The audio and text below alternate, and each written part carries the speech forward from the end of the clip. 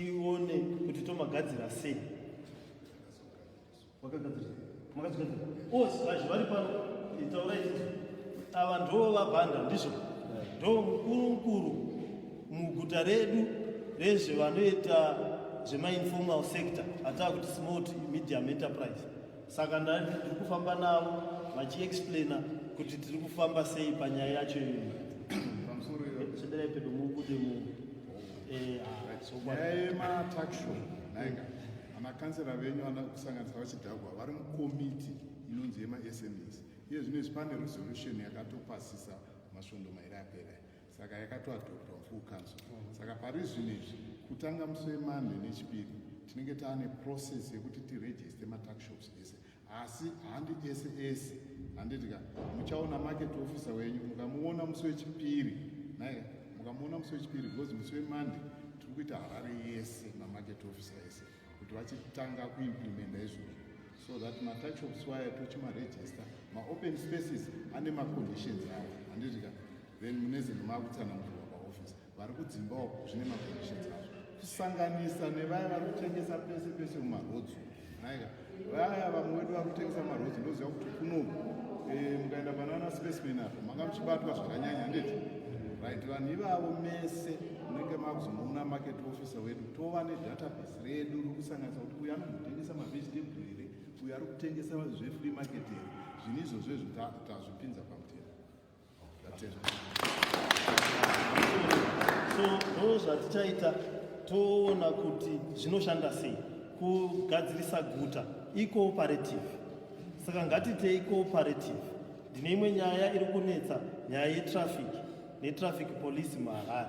Chinondinetsa madhiraivha emuHarare kana vaenda kunze kwenyika uko vanotevedzera mutemo zvokuti ngavangodzoka muHarare mota dzinopakwa pese pese, iyi inomira pese pese, munhu anoburuka pese pese, guta iri harichadini, harichafambiki.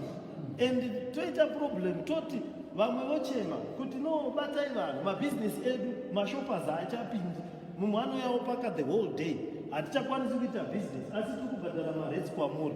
Tochibata vanhu vaya vanhu vava kuchema kuti aiwa mafume watikuwadza, mafainzi ako akakurisa zvakati zvakadini nokuti vanhu vako vatibata zvadai. Handiti tiri kufanirwa kuti tinge tichishandira tese. Hongu pane dzimwe mari dzandichatarisa like matowing fees kana wazvidhiraivhira mota, ipapo pane kachallenge nokuti haina kutowewa ka wazvidhiraivhira uchi wega, so haungabhadhariswi mari handiti yokuti watowewa iwe uchiziva kuti wadhiraivha wani wega. Vamwevo tochiona storage, haungabhadhariwo storage iyo mota isina kurara mustorage, ndizvo hongonzi because taidhiraivha wabhadhara towing wapinda mustorage and so forth, waakutosvika wava nebhiru re$200 pafine nokuti panozoiswa mataxi. Izvozvozvo ndati makurukota angu etraffic vatarise nyaya iyoyo toita maannouncement. Asi fine ye$50 yokuita musarinya muroad, yokuti unomira pese pese, unodini pese pese, haupaki pese pese, ipapo ngatiwiriranei. Guta iri haringashandiki. Iko zvino riri kutora 40 minutes kubva the other side yeguta kusvika to the other side yeguta, 1 hour uchifamba, kwete kuti mota dzawandisa asi kuti vanhu vari kuita mvenge madira tivhange murodi. Zvinoshanda here.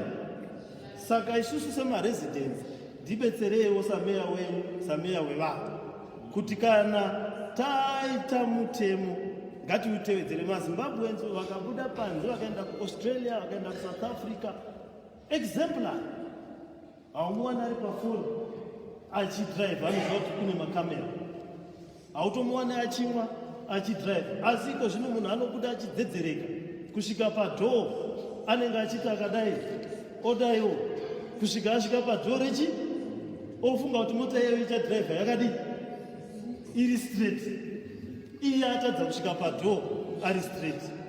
Haiiti nyika yakadaro. Tibetserei kuumba nyika ine maresponsible citizens so that we are able to manage ourselves ndo kugarisana, ndo hunhu yanonzi ubuntu nezvimwe zvirudzi, so that we don't have to use force to regulate behavior. Ndizvo.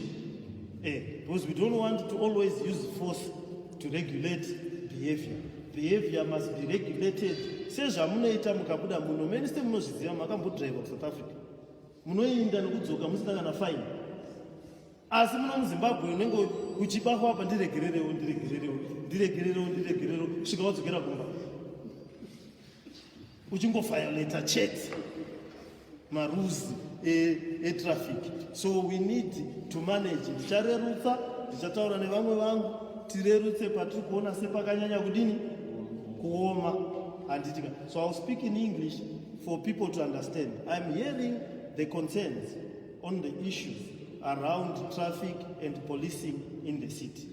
What we are going to do, we are going to sit down with our traffic officers to look at how we can regulate some of the costs that people are paying. Yes, I understand that if you've driven your own car, surely that car has not been towed. You have driven it to the central stores, and therefore you cannot pay $100 for driving your own car. So we will look into that.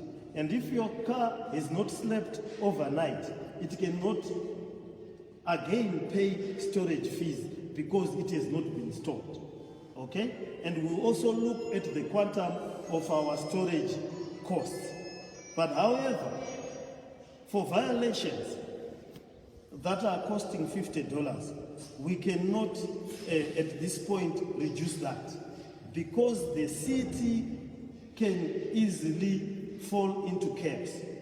Some of the behavior of the minority of drivers is tantamount to stopping business in the city, causing danger to other motorists and pedestrians. And I do know that Zimbabweans are exemplary drivers once they cross the border. In South Africa, in Australia, they will not talk on the phone while driving. They will not drink after driving. They will not engage in crossing streetlights because they know there are cameras.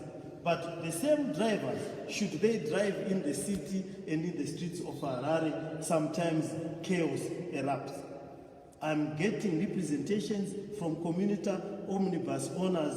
They want to start driving again in the streets of Harare, but they cannot self-regulate.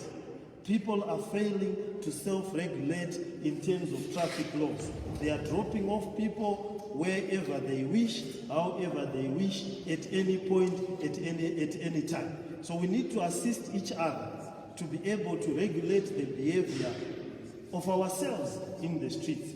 As the council and as the mayor, we are going to look at some of the issues that have been raised, and by Monday we will issue an announcement on the things that we will be able to do.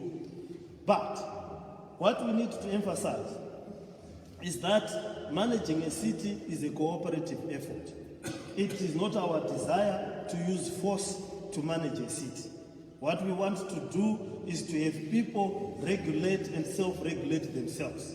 Park properly, drop people at safe spots, drive obeying the rules, don't use the phone, don't drive whilst you are intoxicated. That is what builds a society, that's what builds a community. Force should always be the last resort in any society that is made up of well-meaning citizens. So we appreciate the concerns and we will deal with them. We will also deal with the corrupt elements in our traffic police so that they do not fleece the motorists of their hard-earned cash. And we will make sure that our information department creates a corruption hotline, a corruption social media strategy where people can report and alert us to incidences where corruption is occurring.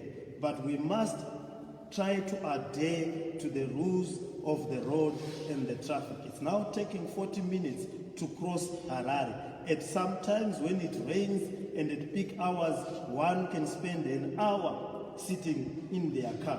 We are also going to increase our traffic police so that we man the traffic lights when there's no electricity or when they are malfunctioning. But we would want to have a cooperative effort with our motorists. We do not want to resort to force. We will alleviate the issues that have been raised on social media and many other platforms in relation to the level of the fines and some of the fines that people are being made to pay. Thank you.